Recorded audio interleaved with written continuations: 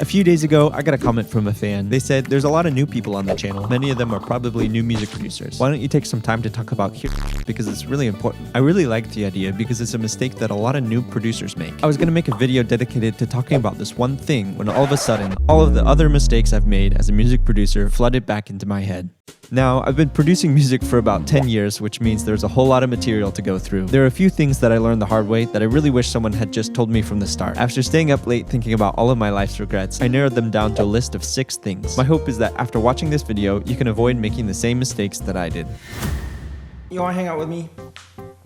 You can do the video. This is 6 mistakes new producers make. Number 1. Mistake number 1, not taking care of your ears. I think this is something that you don't really pay attention to until it happens to you. Beware, this is a real thing. Once you damage your hearing, it stays damaged. There's something called noise-induced hearing loss. There is no cure for it. There's only treatments like hearing aids. Something that comes along with that is tinnitus. If you don't know, it is a high-pitched, constant ringing in your ears. Once you get it, it keeps ringing in your ears. You just kind of have to figure out how to live with it. So I actually got this when I was going to school for music, and it was a big issue for me. It was really hard to focus when I was studying. I had to study in a quiet place. But whenever you're in a quiet place, you hear that high-pitched ringing and it doesn't go away. It's super distracting and annoying. What I found helpful was online white noise generators, meditation noises, and also fan noises. Here's what you can do to prevent it. Studio monitors have a little knob on the back of them where you can set the output gain. Something you can do is just turn that down a bunch and really take the loudness option away. But at the same time, this also comes from listening to music for an extended period of time with no breaks. I've definitely heard people say, I can only really hear the music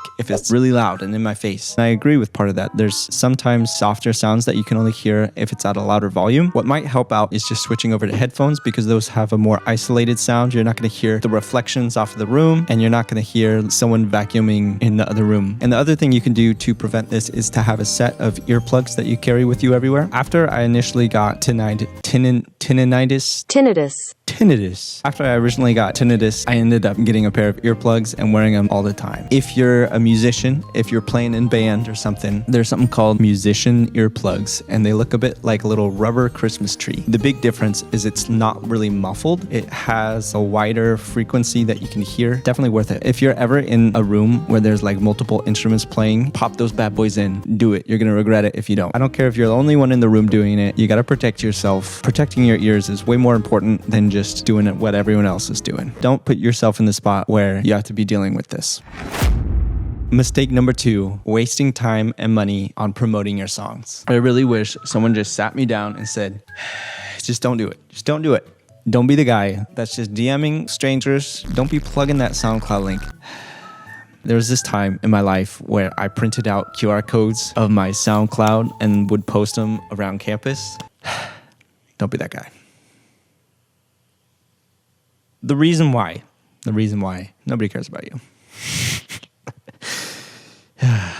Nobody wants to listen to some stranger's music, and they definitely don't want things shoved at them. You have to figure out how to get people to care about you as a person, and then whatever you do is something that they're interested in and they want to support. Back when I started making music, the people who actually cared were friends, roommates, family, and their reason to listen to my music was they already knew me. Rather than try to focus on getting plays on your song through just shoving your stuff in people's faces, focus on making people care enough to actually play your music. Right now, in this moment, if I was going to start an artist project, I'd focus on building a group of people who cared about me as an artist. Might be a little biased here, but you can do this by starting a YouTube channel. People enjoy the process. They enjoy seeing you progress along. I would love watching someone say, hey, this is me in this month. This is what I did. This is what songs I made. Little clips from me recording and stuff like that. Just a real behind the scenes look at this. And who knows, you might get a really big hit and then people will have something to look back at. It will be inspiring. Hey, this person started off and here's their journey along the way. You have to figure out how to provide value to people. Hop in Discord groups, ask to listen to their music, just talk about writing music, make a bunch of friends, as many as you can. Make sure you're not pushing stuff, not asking for stuff. People can really see through that. Be genuine and care about other people. Don't copy and paste your messages. Hey bro, listen for listen. Focus on getting real connections with people, actually building relationships.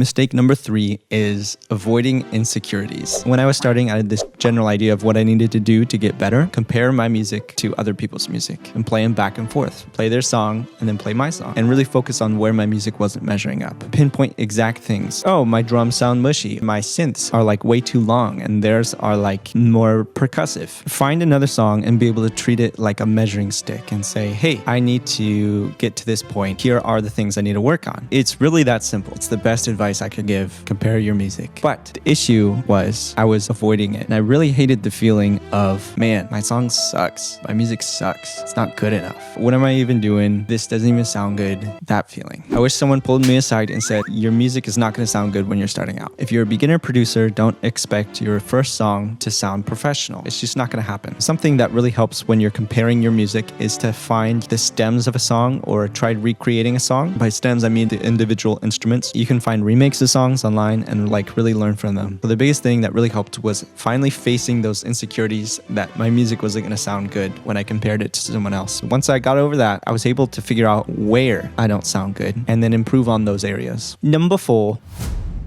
Mistake number 4, being unintentional with studio time. I call it studio time. Really, it's just me sitting in front of my laptop with some headphones. The time you're writing music, the time you're making music, focus on being efficient with your time. If music is just your hobby, it still is more fun if you're getting more out of it. Especially if you're serious about making music, figure out how you can make a quality song in less time. I definitely made this mistake a lot. I would spend several months or even years between releasing songs. Part of the reason was I was just not being intentional with my studio time. It's just basically boils down to respect your time. Don't just wander around. This idea came from a producer called Rez, and she said that she keeps a physical to-do list when she's producing. So here's an example of what I'm talking about.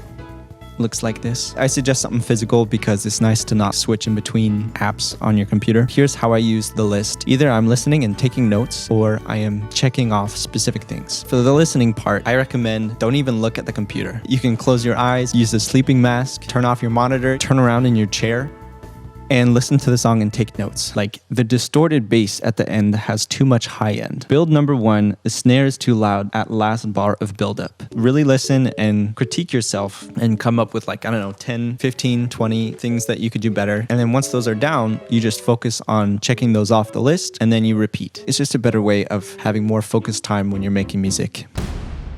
Mistake number 5, copy and pasting. When I started as a music producer, I was making EDM and it is an epidemic out there. Literally, they'll take the first minute and a half of a song and just copy it, paste it, and won't change a single thing. Not everyone, but way too many people. You gotta realize people's attention spans are low. Also, they don't like hearing the same thing twice. So I really wish someone just taught me all the different ways that you could use variation in your songs to make them interesting. So here's the list. Here are 9 things you can do to keep your song interesting. Cuts or silence. You don't have to have music playing all the time. Vocal synth layers, where it just sounds like a voice, but it's like kind of like a synth. You can layer your melody with synths, transition in or out of a phrase with effect sweeps. You can add in new drum layers, so like a specific drum hit or like another loop on top. Switch the timing of stuff, so you can make it half time or you can make it double time. Take something and just put it in an octave up. It doesn't have to be crazy. It just has to be a little bit different when you hear it. And one of my favorites is pitch bend, when the melody is moving a little bit and it doesn't sound static. And then the last one on the list is reverse sounds, so like a reverse drum hit.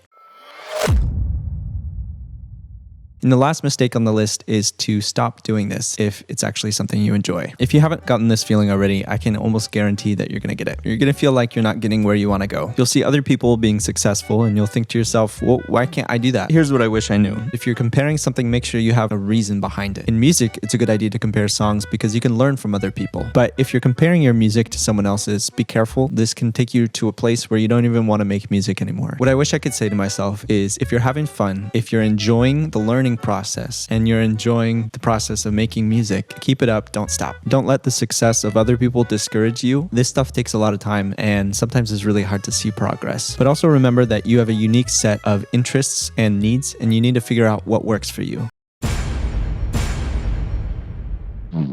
If you focus on the right things, I really do think it's going to work out. Those 3 things would be finding a way to improve with every song. I'm serious about this. Pick out a single thing that you know for sure is better in this song than the previous song and be able to point to it in every single song. The second is to produce efficiently, have a standard of a quality for a song and be able to produce that in shorter and shorter amounts of time. And the third thing is to post your music consistently. Even if you feel like no one's listening to your songs, you never know who's going to find your music. But another way of thinking about it is if one song pops off, people are going to want to check out the other songs that you have. Say, for example, you have 10 followers on SoundCloud. You're not just posting to those 10 people. In the future, someone's going to find a different one of your songs and they're going to come back to your profile and they're going to want to listen to all the different songs you have. So you're putting it out so they have something else to listen to as well. If you made it all this way, I wanted to say thanks for watching. I really hope that you can learn from the mistakes that I made so that you don't make the same mistakes. If you like this video, let me know in the comments. I'm down to do more relaxed videos like this where I'm just talking. If you want to hear about something in particular, let me know in the comments. Make sure to smash that like button and subscribe if you're new. Thanks so much for watching, and I'll see you in the next one.